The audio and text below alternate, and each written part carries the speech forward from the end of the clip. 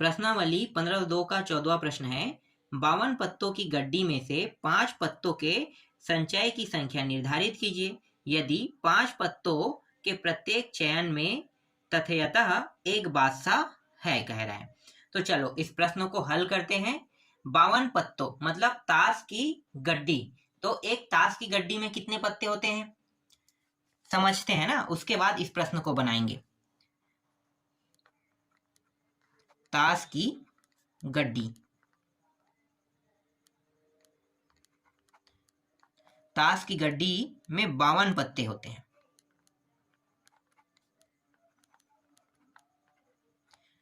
कितने पत्ते होते हैं? 52 पत्ते।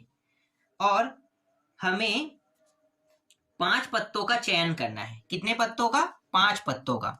तो चयन लिख लेते हैं, चयन 5 पत्ते का करना है।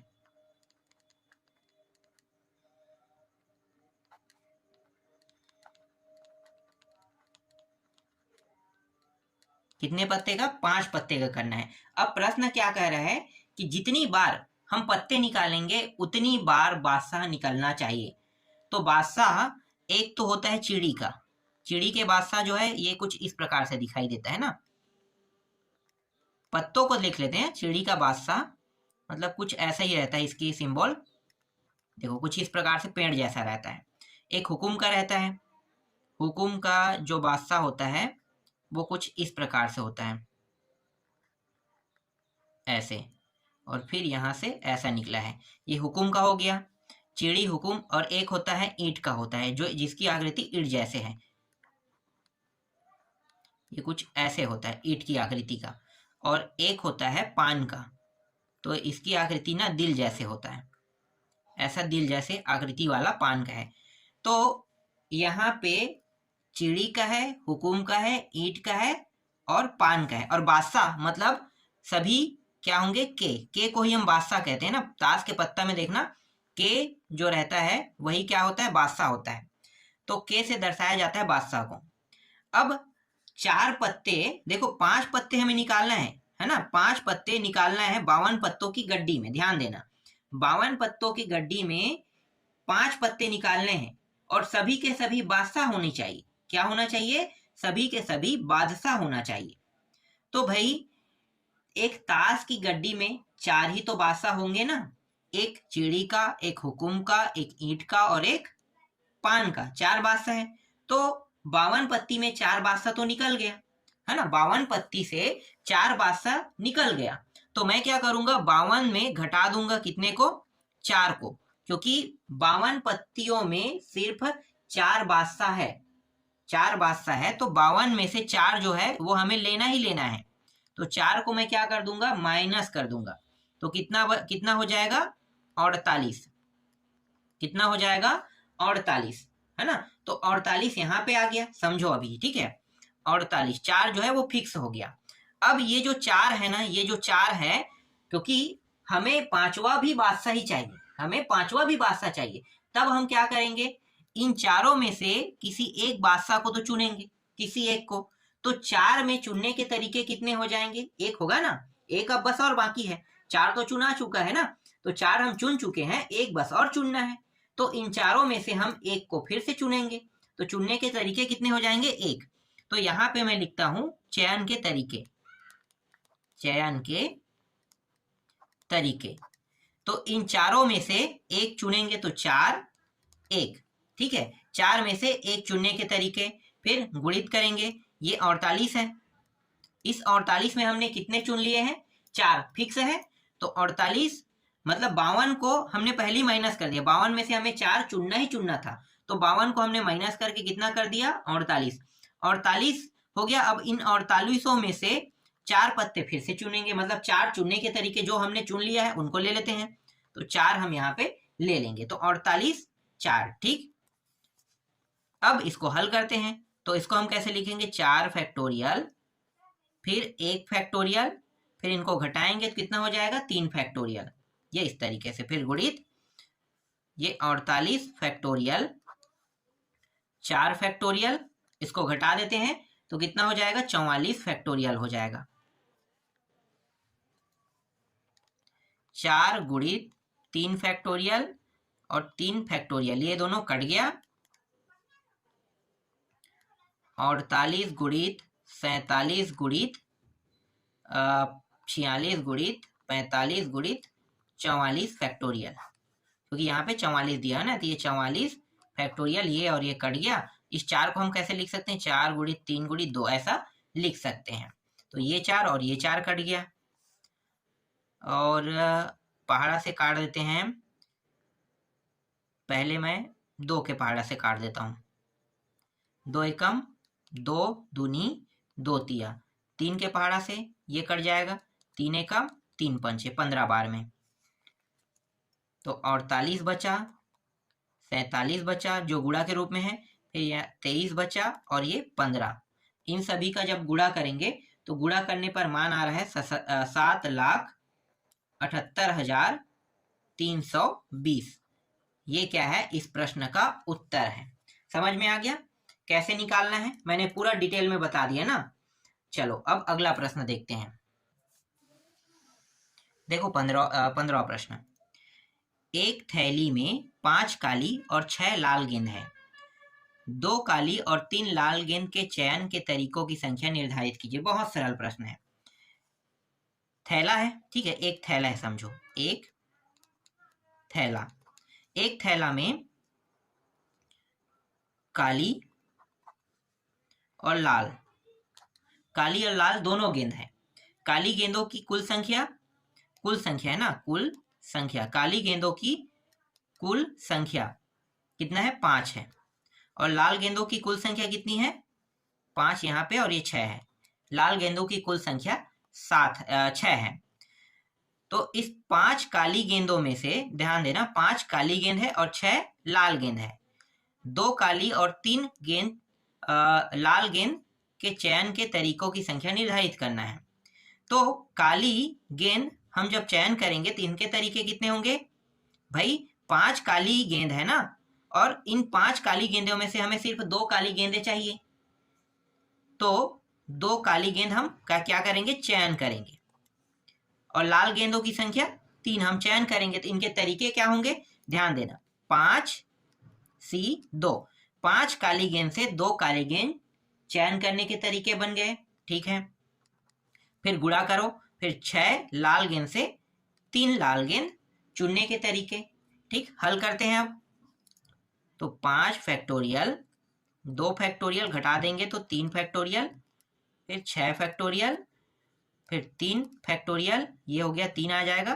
फिर 6 में 3 घटाएंगे तो 3 फैक्टोरियल। तो 5 गुणित 4 गुणित 3 फैक्टोरियल, फिर 2 गुणित और ये 3 फैक्टोरियल, ये दोनों कट गया। 6 गुणित 5 गुणित 4 गुणित 3 फैक्टोरियल, 3 गुणित 2 गुणित 3 फैक्टोरियल, ये दोनों कट गया। ये 6 और ये 6 कट गया। 2 एकम 2 दूनी, ये भी कट गया। 5 दूनी 10 और 10 पंचे 50, 50 चौक 200। तो इसका उत्तर कितना आ रहा है? 200 आ रहा है। तो इस तरीके से 15 प्रश्न का भी उत्तर निकल आया। बहुत सरल प्रश्न है ना। चलो अगला प्रश्न देखते हैं।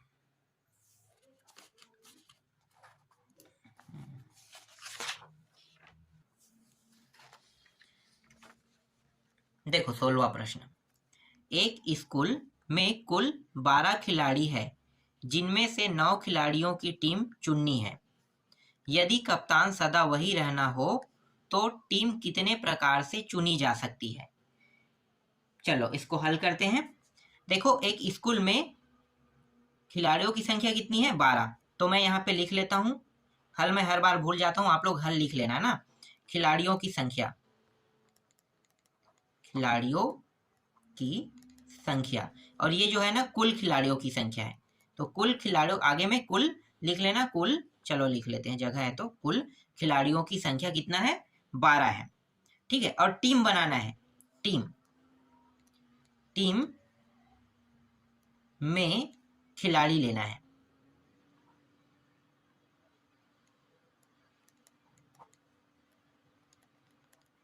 है। उसकी संख्या कितनी है? 9 है, ठीक है, 9 है। अब यहाँ पे ध्यान देना, यदि कप्तान सदा वही रहना है, मतलब कप्तान बदलेगा ही नहीं, कभी भी बदलेगा नहीं। मतलब कप्तान जो है वो फिक्स है, कप्तान क्या है, फिक्स है। तब हम क्या करेंगे, अगर कप्तान फिक्स है इसका मतलब ये है कि इस कुल 12 खिलाड़ियों में हम एक को क्या कर देंगे, माइनस। तो कितना हो जाएगा, 11। क्यों, क्योंकि कप्तान तो फिक्स है, कप्तान मतलब चुना जा चुका है। अब हम कप्तान को चुन चुके हैं तो हम दोबारा नहीं चुनेंगे। समझ रहे हो, कप्तान को अब हम एक बार चुन लिए हैं तो दोबारा नहीं चुनेंगे। तो कप्तान चुना जा चुका है तो एक को हमने क्या कर दिया, 12 से एक माइनस कर दिया। ठीक है, और टीम में लेना कितना खिलाड़ी, 9 खिलाड़ी है, तो 9 में भी तो एक कप्तान कम हो गया ना। यहाँ भी हम क्या कर सकते हैं, चुन चुके हैं, तो चुन चुके हैं तो कितना हो गया, 8। ठीक, 8 हो गया।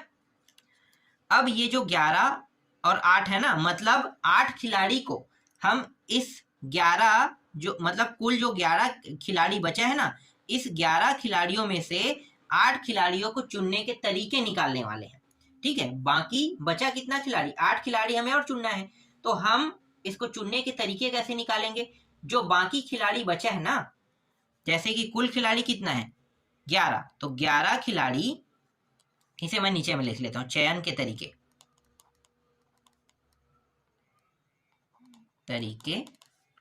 11 खिलाड़ी में से हमें 8 खिलाड़ी चुनना है। तो 11 फैक्टोरियल, 8 फैक्टोरियल घटा देंगे, 9 10 11 3 है ना, 3 फैक्टोरियल। तो ये हो गया 11 गुणित 10 गुणित 9 गुणित 8 फैक्टोरियल, 3 गुणित 2, इसको हम 3 गुणित 2 के रूप में लिख लेते हैं। और ये 8 और 8 तो कट जाएगा ना, तो 8 फैक्टोरियल, ये दोनों कट गया, और ये 3 तिया से कट गया, 2 एकम 2 पंचे से कट गया, 11 पंचे 55 और 55 तिया कितना होता है, 55 तिया 165। ये रहा 165, और यही क्या है, इस प्रश्न का उत्तर है। तो इस तरीके से आपका 16वां प्रश्न भी कंप्लीट हो गया। चलो 17वां प्रश्न देखते हैं। कितनी विधियों से 7 धन चिन्ह और 5 ऋण चिन्हों को एक कतार में व्यवस्थित कर सकते हैं, जबकि 2 ऋण चिन्ह एक साथ न हो, कह रहा है ना। 2 ऋण चिन्ह को हमें एक साथ नहीं लेना है, मतलब हर एक ऋण चिन्ह क्या होगा, कतार में एक के अंतराल में रहेगा। तो पहले हम धन चिन्ह को रखते हैं। कितने धन चिन्ह है, 1 2 3 4 5 6 7 और ये रहा 8, है ना, 8 धन चिन्ह है। एक मिनट 8 क्यों लिखेंगे, 7 लिखेंगे ना, 1 2 3 4 5 6 7, ठीक है, यहाँ पे 7 दिया, 7 धन चिन्ह है। और क्या कह रहे हैं, 5 ऋण चिन्हों को एक कतार में व्यवस्थित करना है, कह रहे हैं कतार में। तो देखो कतार में हम रखेंगे तो 5 को रखेंगे, पर कहाँ पे रखेंगे हमें पता है क्या, नहीं पता है। तो खाली जगह, ये जो धन चिन्ह है इसके बीच में खाली जगह कौन कौन सा है, एक तो ये हो गया, ध्यान देना, एक, दूसरा खाली है ना जहाँ पे ऋण चिन्ह आएगा, तीसरा खाली, चौथा, पांचवा, छठवा। इसके अलावा इसके जस्ट बाद भी खाली जगह होगा, 7वां लिखेंगे।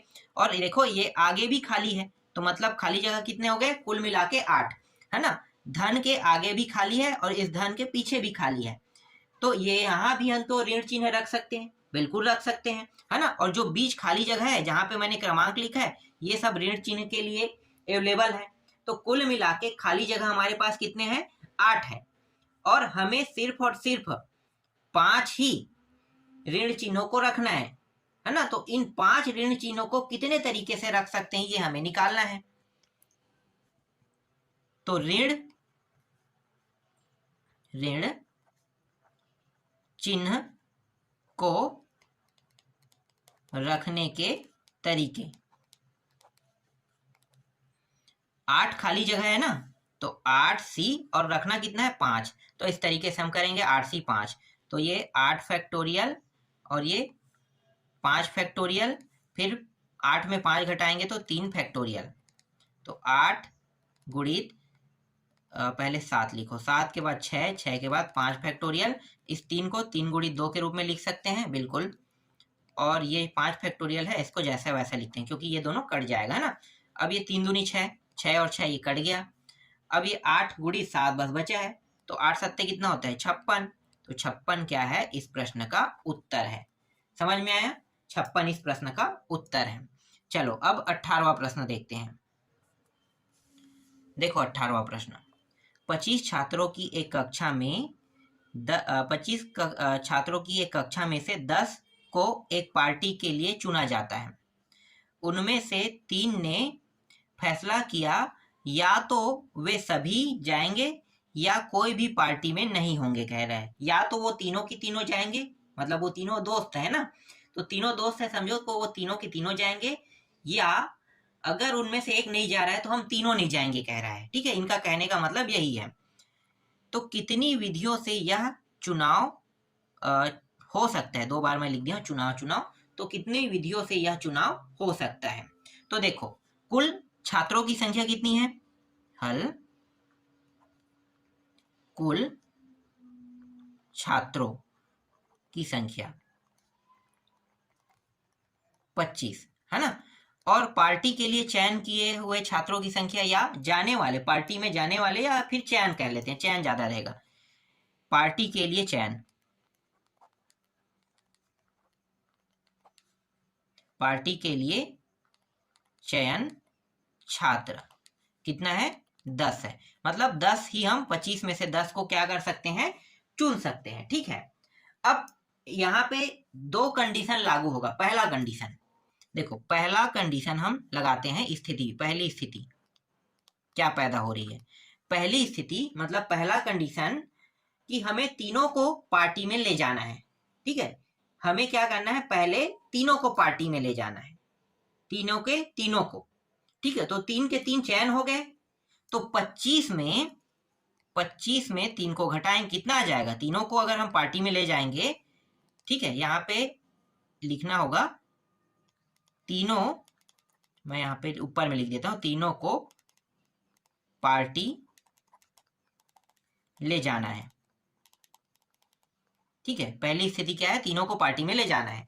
तो 25 में से 3 जो है वो फिक्स हो गया, 25 में से 3 फिक्स हो गया है ना, तो 3 फिक्स हो गया, और ये जो 10 है यहां से भी 3 फिक्स हो गया क्योंकि उसे ले जाना है। तो घटाएंगे क्या, यहाँ पे 10 में से 3 को घटा देंगे तो बचा कितना, 7। ठीक है, 25 में से 3 घटाएंगे तो कितना आएगा, 22 ना, 22 आया, और 10 में से 3 घटाएंगे तो कितना आएगा, 7। मतलब 3 जो छात्र है ये पार्टी में जाने के लिए पहले ही चुना जा चुका है। अब 7 छात्रों को चुनना है। अब 7 छात्रों को चुनना है तो 22 छात्र जो बचे हैं ना, उन्हीं से तो चुनोगे, है ना, 22 छात्र जो बचे हैं उन्हीं से चुनोगे। तो 22 छात्रों में से 7 छात्र चुनने के तरीके क्या होंगे, 22 छात्र में से कितने छात्र, 7 छात्र। तो यहां पे मैं लिख लेता हूं 22 C 7। ठीक है, गुणित, और जो 3 छात्र है, तीनों के तीनों जाएंगे या नहीं जाएंगे वाले कंडीशन कह रहा था, तो तीनों को पार्टी में जाना है, मतलब तीनों के तीनों छात्रों को चुने जाने के भी तरीके हैं। तो 3 C और 3, क्योंकि तीनों के तीनों छात्र जा रहे हैं, एक भी कम नहीं हो रहा है, इसलिए 3 छात्र में से तीनों के तीनों जा रहे हैं, इसलिए 3C 3 आपको करना होगा। ठीक है, अब दूसरी स्थिति, स्थिति नंबर 2। अब क्या करेंगे, तीनों को नहीं ले जाना है, तीनों को पार्टी में नहीं ले जाना है, जाना है। ठीक है, तीनों को इस बार क्या कर रहे हैं, तीनों को पार्टी में हम नहीं ले जा रहे हैं। तब 25 में से 3 छात्र तो कम हो जाएंगे क्योंकि ले जाना ही नहीं है ना, कोई भी कंडीशन में हम लोग इसे नहीं ले जाएंगे कह रहे हैं। तो कितने छात्र हो जाएंगे, 25 में से 3 को निकाल दो तो 22 छात्र बचेंगे, है ना, 25 में से 3 निकाल देंगे तो कितने छात्र बचेंगे, 22 छात्र। अब इस 22 छात्र, समझना मैं क्या कहना चाह रहा हूं। ठीक है, 25 में से 3 छात्र को हम नहीं ले जाएंगे तो बचेगा कितना, 22 छात्र। ठीक है, क्या अब हम 10 छात्र में से 3 छात्रों को भी निकालेंगे, बताओ, 10 छात्र जो है जिनको हमें ले जाना है पार्टी में, जो फिक्स है, ठीक है, तो क्या हम इसमें भी 3 को घटाएंगे, नहीं घटा सकते। क्यों नहीं घटा सकते, क्योंकि 10 छात्र ले जाना ही है, 10 ले जाना ही है, समझ में आ रहा है, 10 ले जाना है। इसका मतलब ये है कि 22 छात्र में से 10 छात्र अब चुनेंगे। तो 22 छात्र में से 10 छात्र चुनने के तरीके, और 3 को तो ले जाना ही नहीं है, 3 छात्र और ये रहा 0। ठीक है, क्योंकि तीनों छात्रों को हमें ले जाना ही नहीं है, तो 3 छात्रों को हम क्या कर दिए, 3 छात्र C0 कर देंगे। ठीक है, इस तरीके से। अब ये जो दोनों स्थितियां हैं ना, देखो ये और ये आया, दोनों स्थितियां जो पैदा हुई है, इन दोनों स्थितियों को अब क्या करेंगे, जोड़ देंगे। तो चलो जोड़ते हैं। तो ये 22 C7 गुणित 3C3 प्लस 22 C10 गुणित 3C0। ठीक है, दोनों को हम क्या कर देंगे, जोड़ देंगे। दोनों स्थितियां जुड़ गया। ठीक, अब इसको हल करते हैं। तो ये 22 फैक्टोरियल बनाएगा, ये 7 फैक्टोरियल, फिर 22 में 7 घटाएंगे तो कितना आएगा, 22 में 7 घटाएंगे तो ये हो जाएगा 15 ना, 15 फैक्टोरियल। फिर गुणित इनका मान कितना होगा, डायरेक्ट आपको एक रखना है, मैंने बताया था ना, एक रख दो, सीधा एक हो जाएगा।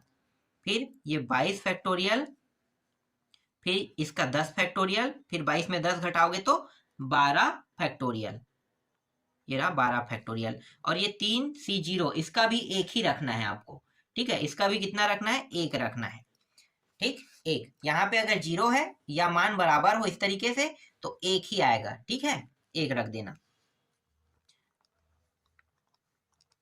तो ये हो गया 22 गुणित 21 गुणित 20 गुणित 20 के बाद 19 गुणित 17 गुणित 18, में भूल गया ना, 18 17, इसके बाद 16 गुणित 15 तक के जाएंगे।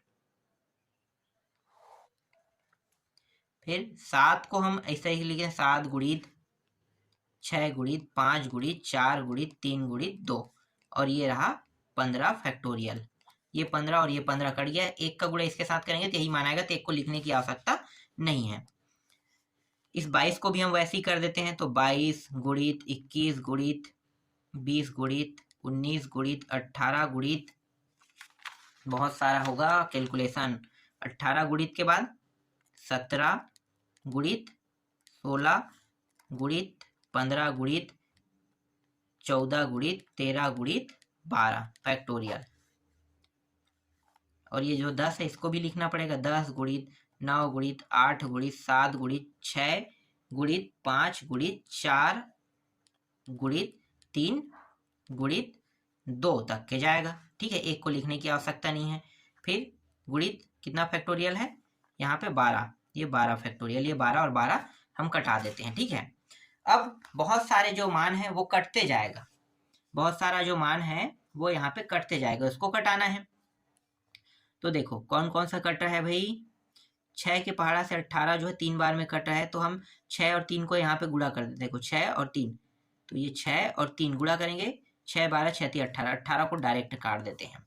ठीक है, ये 5 और 4 20, 5 चौक 20, ये 20 कट गया। फिर 8 दूनी 16, 8 एकम 8 दूनी 16, ये भी हम काट देते हैं। 7 के पहाड़ा में 14, 7 एकम 7 दूनी 14, 2 बार में। ठीक है, 2 मैं ऊपर में लिख देता हूँ, 2 बार में ये कट गया। और क्या क्या कट रहा है, 10 जो है कहाँ पे है, चलो ये 2 और 2, नहीं पहले 2 से काटते हैं, ये 2 और ये 2 काट देते हैं। ठीक है, ये 14 वाला 2 बचा हुआ है, 2 एकम 2 पंचे से काट देते हैं। फिर 5 के पहाड़ा से कोई मान कटा कि हाँ कटा, 5 एकम 5 तिया 3, यहाँ पे लिख देते हैं, 3 बार में कट गया। और ये 3 एकम 3 तिया, ये भी कट गया, 3 एकम 3 सत्ते बार में ये कट गया। ठीक है, तो यहाँ पे क्या बचेगा, देखो यहाँ से 22 गुणित 7 गुणित, ठीक है 22 7, इसके बाद ये कट गया पूरा, ये 19 बचेगा, 19 के बाद 18 17 पूरा बचेगा, 16 कट गया है, 15 14 13 बचेगा, 13। ठीक है, और कुछ बच रहेगा नीचे में, देखो कुछ बच रहा है क्या, नीचे से तो पूरा मान कट गया है ना, तो और कुछ नहीं बचेगा, बस ये मान बच रहा है। फिर प्लस कर दो। अब यहाँ पे देखो क्या क्या कट रहा है, तो देखो 7 के पहाड़ा से 7 एकम 7 तिया कट गया, और ये 6 के पहाड़ा से 6 एकम और 6 तिया 18, ये भी कट गया। और क्या कट रहा है, हाँ ये भी कट रहा है, देखो 3 एकम 3 एकम ये कट गया।